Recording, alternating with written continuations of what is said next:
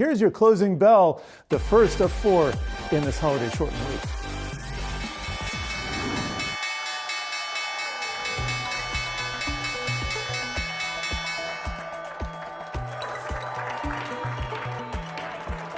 That's the closing bell today on Tuesday, the 27th. Taking a look at the markets here. The Dow eking out some green here, up 37 points, barely a tenth of a percent higher. The S&P down 0.4%, and the NASDAQ down 1.4% around there. Jared noting those mega caps taking a big hit there, along with Tesla weighing down heavily on the NASDAQ. So let's get more on this market, on the broader markets, and also the Fed's bringing in Federated Hermes, head of International Equity Group, Martin Schulz, and Sound Planning Group CEO David Stryzewski. Guys, thanks for joining us. Martin, I'll start with you. What's your take on today's sort of market action? We're in a period of low volume here as the year comes to an end. Yeah, I think 2022 was a tough and interesting year. I think the fact that we don't have the Santa Claus rally, as was just mentioned, is an indication that, and if you think about everything that's happened in the last year, crypto, situation. You've got first land war in Europe in over 75 years, and everything else post-pandemic. So I think growth was in favor for the last several years, and I think with the global economy slowing, we're going to continue to see the markets digest the economic scenario as it revolves around central bank tightening. And I think central bank tightening will continue to upend the markets to a degree that is unexpected. And so near term, we think that the weakness may continue, but possibly later, second half 2023, we're going to see a better market conditions. David, what do you think? Do you agree just in terms of how we'll likely start the year and what we will likely see from the Fed in terms of policy over the next several months? I do. As far as the market goes in the Santa Claus rally, we're below the 200-day moving average, not very bullish. Mm-hmm. Additionally, we're about to be facing, earnings season coming up here in the next few weeks, and ultimately find out, how analysts' expectations actually, rounded out. And so I don't feel very positive as we're heading into 2023. I agree that, with Federal Reserve Chairman Powell, that we're going to be higher for longer, as it seems that inflation is a little bit sticky as we're reshoring different parts of our economy, as there's supply chain challenges still kind of being spotty out there. And, ultimately borrowing costs have doubled over this year. So that really affects consumers. That really affects corporate earnings, and especially junk bonds. So, I'm very concerned right now, but I have an optimistic, personality. But here's reality. What goes up ultimately comes down, and we're seeing cycles change today. Hey, Martin, what do you think about that inflation? Is it as sticky as you think people are saying? Is it going to affect sort of housing markets like we're seeing today with markets coming down a bit there in housing prices? Yeah, inflation will probably stay higher for longer than people expect. And, we've just finally, this last 6 months, had our team really scoped the world and finally getting on the ground. The one place we haven't gone to is China, obviously, which just is now finally opening up. But inflation is something of a global phenomena. And on top of that, I think central banks, not all of them, but many of them, are in a situation where they will continue to hike into this higher inflationary situation. Again, we have a situation, for example, in Japan, where we will potentially see wage increases for the first time in over 30 years to the degree that they're expected this spring.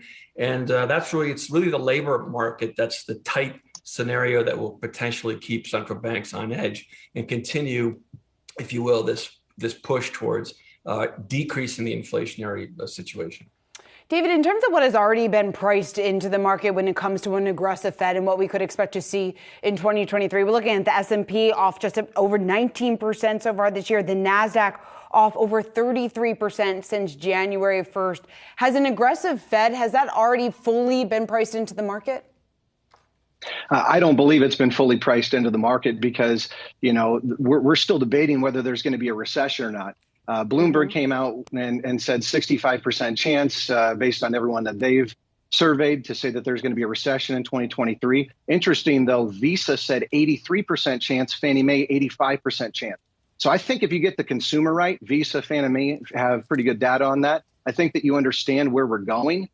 here as it relates to the future. So I think that, when we look at stock prices, we look at PE ratios. Price got affected by inflation and the challenges that we're facing right now, supply and demand. This next year, I think that there's going to be an earnings recession, very likely anyhow, as we're going forward here. So I don't think this has been priced in. I don't think the average consumer has actually even been really prepared, because we're not talking about budgeting. We're not talking about the things that they can be doing to protect themselves right now, given what the Federal Reserve has declared that they have to do, which is 2 million more unemployed need to happen. They're going to be raising rates until they start seeing inflation come down. That sounds great. I think we're seeing it right now, but I think that things are going to get a little bit sticky here as we get around that 4% inflation rate, as their goal is to get down to 2%.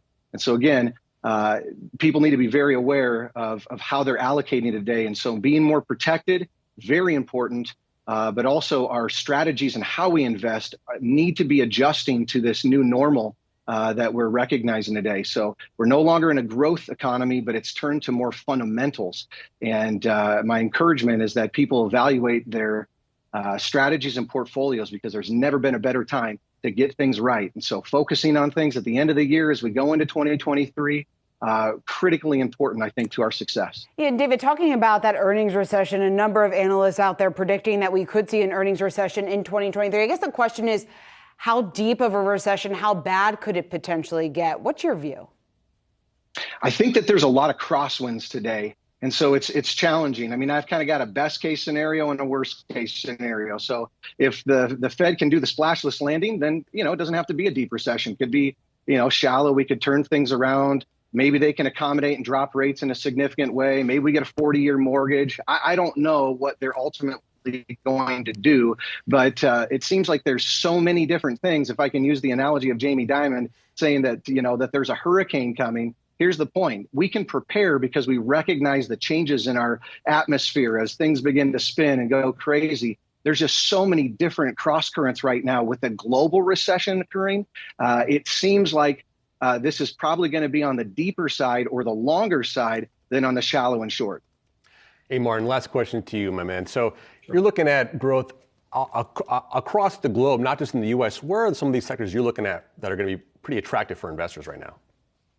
Well, I think first geographically, we're looking at Asia, and then a lot of the commodity-oriented markets in the Middle East, potentially South Africa, Brazil, and that sort of thing. And then when you look at actual sectors, I think to David's point, we are seeing an earnings hit and basically margin hit across the world as the companies try to hold on to labor longer than would ordinarily be the case, in particular here in the U.S. But from a sector perspective, we do like healthcare, we like energy, and really it's all about really defensive, good growth companies that have the ability to kind of manage through this potential recessionary cycle. And so, at the end of the day, the dollar, I think, we saw it go parabolic earlier this year, 2022. It's down more than 10%, more than 12% versus the yen, for example, more than 10% in the weighted trade away adjusted perspective. But at the end of the day, the dollar, I think, is providing some better liquidity. The lower dollar is providing better liquidity situation for the rest of the global economy. And so as the U.S. slows, we're finally going to see China come back. And, you were talking about some of the the FANGs in the U.S., the Teslas, the Apples, and the like getting hit. Well, that already happened in China within the last year and a half. And so we're probably actually going to see some of these big tech Chinese companies at least outperform relative to their U.S. and European counterparts. All right, certainly setting up to be a challenging year here for investors. Martin Schulz, David Stryzewski, thanks so much for joining us here this afternoon.